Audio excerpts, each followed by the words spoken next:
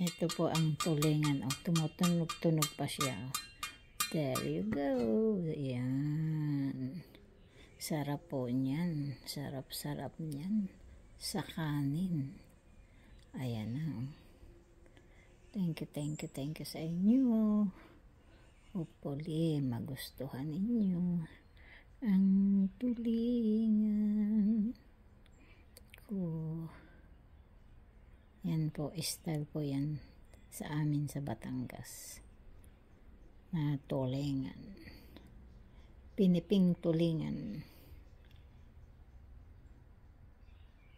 Yum, yum, yum, yum.